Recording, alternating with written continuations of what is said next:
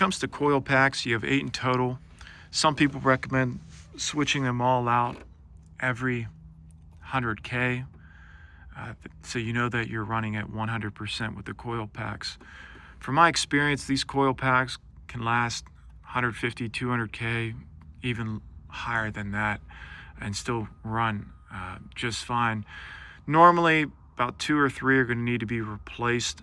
I replaced on the yellow H2, I think I replaced 3 of them. On this, it's looking like 2 of them are going to need to be replaced. I'm actually still in the process of testing these coil packs.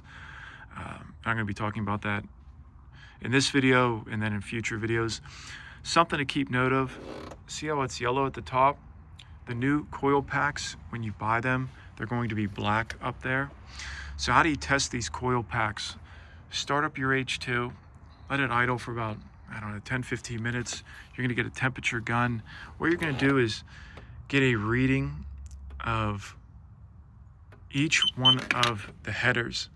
So if you have, like, for example, let's say this coil pack's bad, I might get a reading of like 200 degrees on that header. If I would put in a good coil pack, that header would jump up to, let's say, like 320 degrees. Right now, when I did my original testing from what I can remember on this engine, the passenger side, it was like 320, no, it was like 250, 320, 320, 320, from what I remember testing earlier. So that says to me, hey, that first coil pack probably is failing. So what I'm going to do is I'm going to take that coil pack and I'm going to turn off the vehicle. I'm going to swap that coil pack to the next cylinder. And we're going to see if the temperature drops on the header. So if the temperature drops, that is an indication that the coil pack is going to need to be replaced. I actually saved a few of my coil packs from working on my yellow H2, and because I bought some extra ones, actually some new ones, so I'm going to be putting those in here and I'm going to be testing those coil packs to see how they're going to affect the header temperature. I was actually getting readings on those 2 center headers at 500.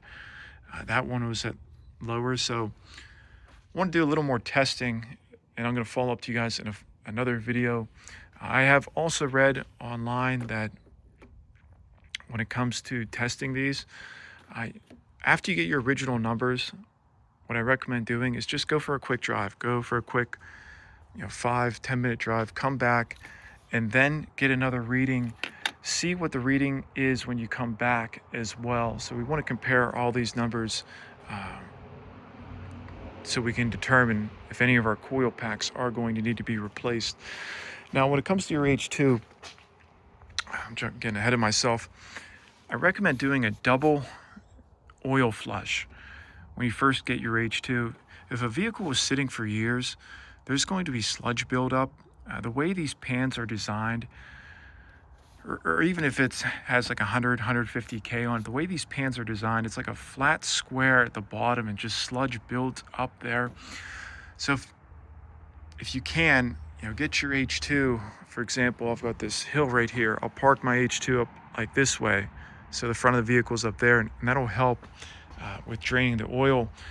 So you do your first oil flush, put like Marvel Mystery Oil, Liquid Moly, that's another great product.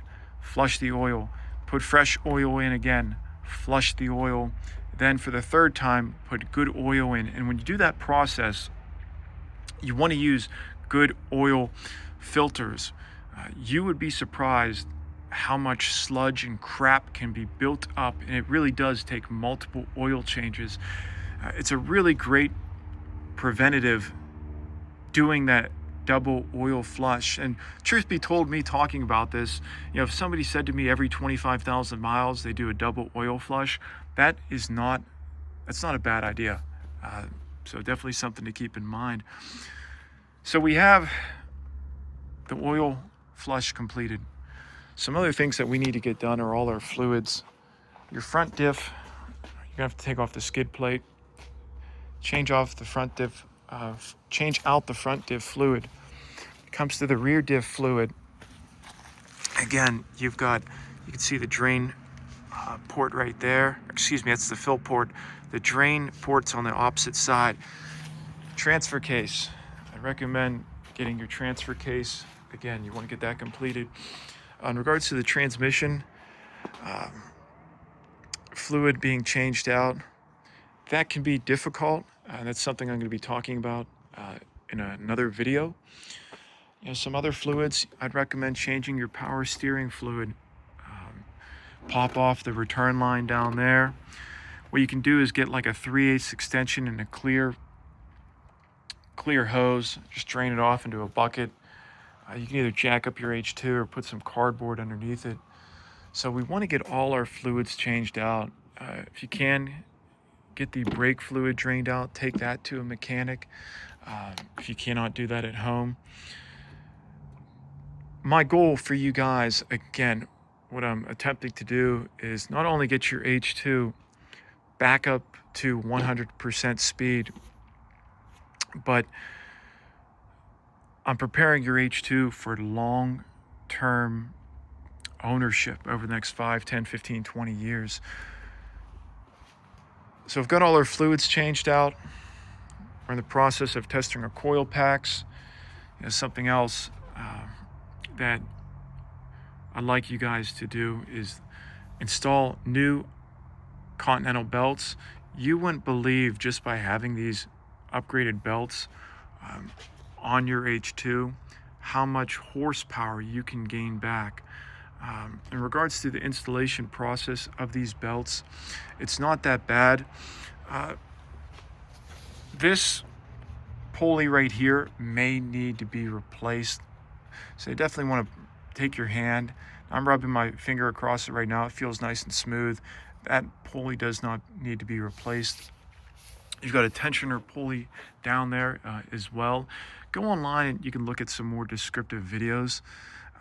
Those AC Delco gold parts. If it looks good, it feels strong, no need to replace it. However, if you look at the part and you say, hey, you know what? I feel like the tensioner isn't as strong as it could be, definitely replace those parts. So just a quick highlight, guys, of where we're at in this video. Install your new belts.